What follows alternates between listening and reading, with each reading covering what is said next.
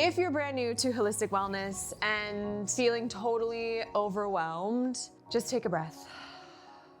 Because for those of you who don't know, I'm Shayna Therese Taylor. I'm a holistic chef and nutritionist, and I went from completely overwhelmed, insane gut problems, bloated, and having so much underlying anxiety to living peacefully in the Italian countryside with clear skin and boundless energy and a calm nervous system, which I really didn't think was achievable not that long ago. And today I am giving you the exact Italian-inspired beginner routine that calmed my nervous system, completely healed my gut, and transformed my relationship with food and wellness. And I promise that it will help you feel much calmer, lighter, and more connected to your body by the end of this video.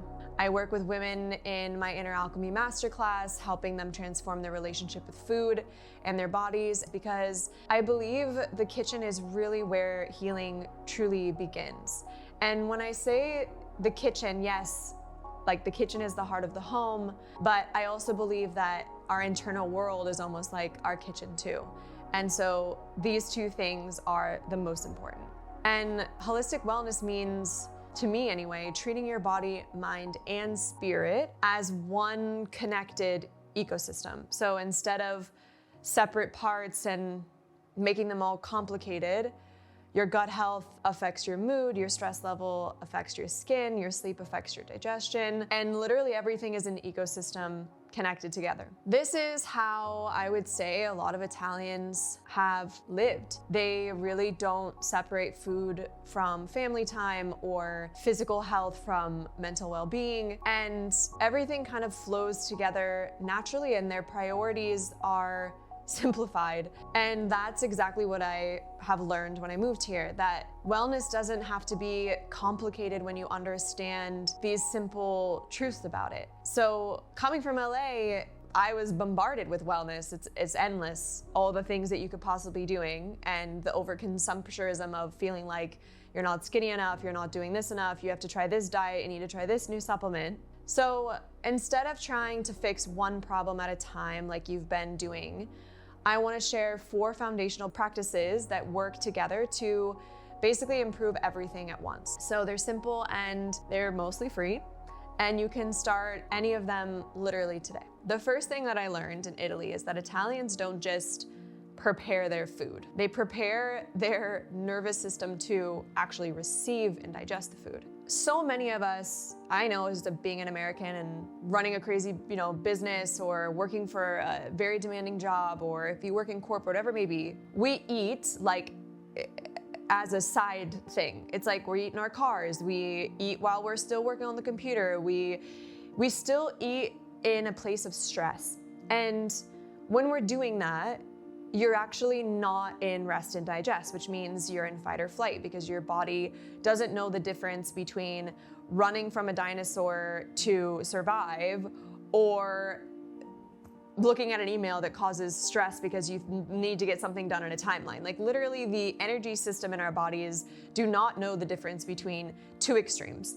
And even though our fight or flight response is supposed to be there to save us from dying or protecting ourselves in the wild, let's say, our bodies evolved into thinking that survival is obviously completely different now. So it is very much, am I gonna have enough time to get this stuff done before my boss is gonna fire me? Or, there's so many different scenarios of what puts us into fight or flight. And what Italians do is they put everything aside. Like even the biggest corporate manufacturing jobs, they all take 2 hours lunch. Yes, I said that, 2 hours lunch. In US, like you're lucky if you get an hour lunch, and most of the time people don't even leave their desk or work to go actually have an enjoyable lunch. And most Italians bond at lunch and they have a glass of wine at lunch, and they're like the most relaxed when they eat because they make it about community. They make it as something that is sacred because they love food and they know how to separate work from joy. So one of the ways that I really love to calm my nervous system and check in with myself is like putting your hand on your heart and your body And just, if you close your eyes, like, how does my nervous system feel right now? Are my shoulders like this? Is there a lot of tension in my body? Is my stomach, cramped from thinking too much? How is my mind? And just pause. Pause and take a few deep breaths, not from the chest, but from the rib cage, expanding our stomachs, our rib cage, and compressing them when we breathe in and out. Coming into the present moment, not what needs to be done in the future or what's happened in the past. The only thing that matters is the present moment. We don't have to be spiritual here to understand science and how when we're stressed and we eat, or when our bodies are not in a full, calm, present moment and we eat, it shuts down 80% of our digestion. So what this does for our gut health is it causes so many issues like low stomach acid, or allow pathogens to enter and wreak havoc in our gut. It creates bloating because we don't have the enzymes that we need in our stomach in order to digest our food, so we digest it much longer, which makes it start to ferment. There's a lot of science that goes into why stress really can cause so many issues in our stomach and gut health. Instead of sitting in front of the TV or scrolling on Instagram when you're eating a meal, if you're eating by yourself, put it away for a little bit. Be present with your food. I also love to put energy into my food. Everything is energy. So when we just put our hands over our food and bless it, it's just like prayer. When we bless our food and we say thank you so much for all this joy, and you put all the good vibes into it, one, this helps our body and our nervous system start to release because we're focusing on one specific thing and it's all about gratitude. And two, you're putting all this happy energy into the food before you consume it, which means your body is going to digest it better.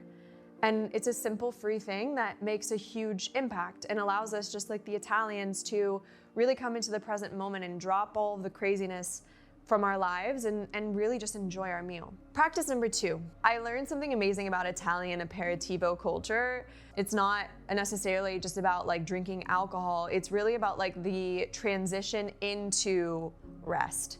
So it's the precursor to the meal. That is something that brings them joy. It's something where they have a community and talk with friends. And it's not necessarily about drinking alcohol. It's just a matter of creating that extra space so we don't just rush into our meals. That actually sets us up for being relaxed. I personally love an aperitivo hour. I don't drink alcohol. I stopped drinking alcohol officially in January. I went through so many times where I was 6 months not drinking, 9 months not drinking, then I have a glass of wine or whatever. I don't believe in rules, so I still wouldn't say I'm 100% sober, because if I decide I want to have a glass of wine in 6 months, I'm not gonna not have it. I think it's so important to just be in tune with our bodies. But for sure, I'm not somebody who thinks that, socializing drinking is positive. I think it's more of just meeting yourself where you're at, and I know that alcohol tanks my energy, and I love to be connected to the light, and I love to share wisdom. And when I drink, I feel that it really dims that light in myself.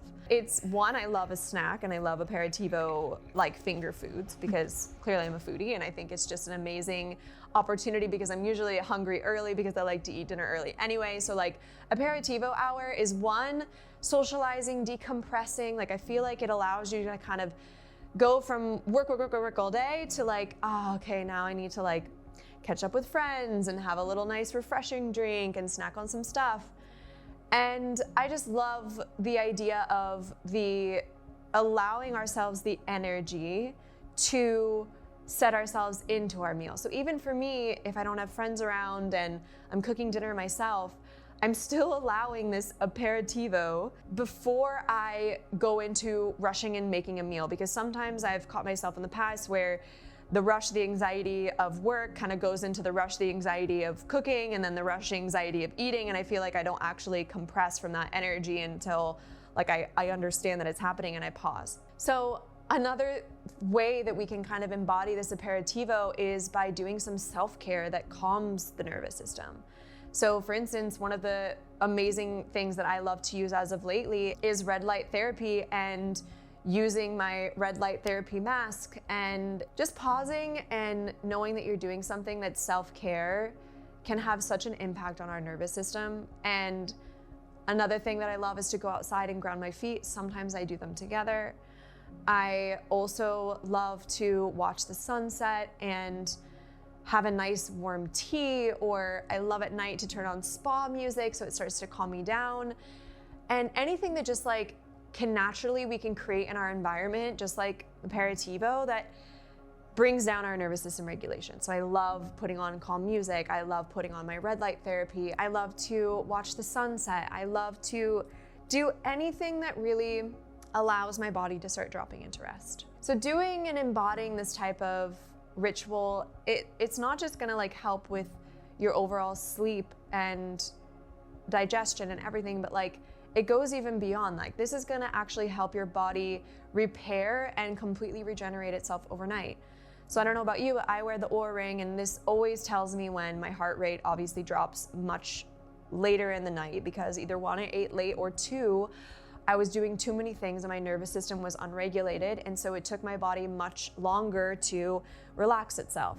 When we do this aperitivo hour and then we eat relaxed and then we just continue this energy with our spa music, if you take a bath, if you read a book or whatever it may be at night, to just like create this like type of lifestyle, it literally helps you sleep so much deeper and your body actually repair so much quicker, which is going to help everything in our bodies. Practice number 3. Italians don't necessarily exercise. I mean, to be fair, there's a lot of them that do go to the gym. There's a lot of people that love to work out in Italy. But for the majority of the population, they move their bodies like their ancestors did. And their bodies are healthier and they live longer because of it.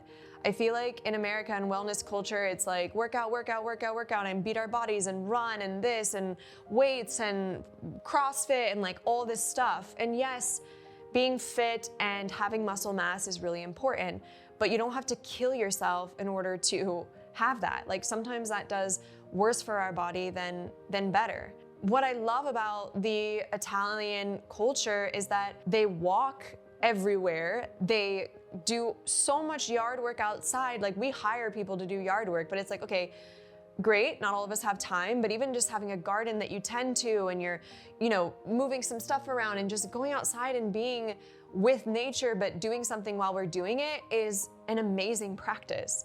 So maybe find one thing in your garden that, you can do yourself versus like having somebody else do it, or even just dancing while you're cooking is like a beautiful way to create more movement. Like how much do we sit all day long and we're stagnant? Our hips get tight and then we like just do a workout which makes us more tight, and then we go back and sit and we're doing computer work, and then we sit in the car and then we don't move our bodies anymore. But like our bodies are meant to be fluid, like fluid around and dancing. And I think people underestimate the power of walking and dancing, which is some of the oldest ancestral traditions we have been doing for thousands of years. And I love to dance in my kitchen randomly. Like when I feel I need to move energy, I literally will just dance, which is why I love ecstatic dance. And in my retreats, we always do ecstatic dance, because most of the people who come haven't danced like that in years. And the releases that come from moving the body fluidly and allowing that movement is so powerful. Maybe when you're cooking in your kitchen next time, like put on some tunes that make you want to move your body, or when it rains, go outside and dance in the rain and splash in the puddles, or like instead of sitting right after you eat a meal and putting the TV on, like go on a walk around the block for a little bit. There's so many ways that we can just incorporate more of this natural, easygoing, ancestral type of movement that really can connect you to your body. It'll make you feel more joyful than any forced workout is going to make you feel. Practice number 4. Italian women have always known something that modern wellness, I feel like, forgot, and that's that your body isn't meant to feel the same every single day. I feel that there's so much guilt around not feeling amazing every single day or not having the same energy every single day. And I also feel for women who are watching this, this is the most important thing for us to touch into. One, we are not on a 24-hour cycle like men. We have a 28-day cycle of so many different hormones that change because we are the bearers of children, which is magical.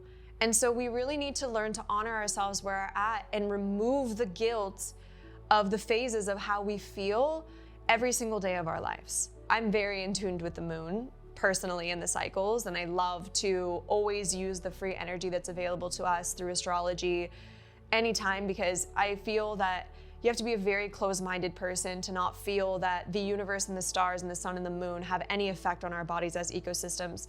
Considering every living being, like plants, insects, trees, all work with Mother Nature, we are also living beings on this planet. And so naturally, we are definitely affected by it. And just saying how you're feeling and knowing when the new moon is and knowing when the full moon is and how to work with that free energy that's available to us to understand how we're actually feeling more. I find that when I ask ChatGPT, for instance, because it knows all of my astrology, I ask it like, what energies am I working with today with this new moon or with this full moon? Or sometimes when I'm feeling off, I just ask like, what planetary alignments are happening? And I read it sometimes and I'm like, oh, that makes so much sense.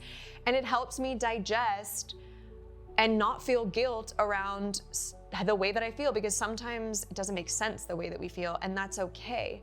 It's more of coming into complete acceptance that some days are gonna feel amazing and other days are gonna feel a little wonky, and that's all right. We can all be supportive of each other and communicate to our loved ones, maybe we're a little more sensitive today, can you give me a little bit more love?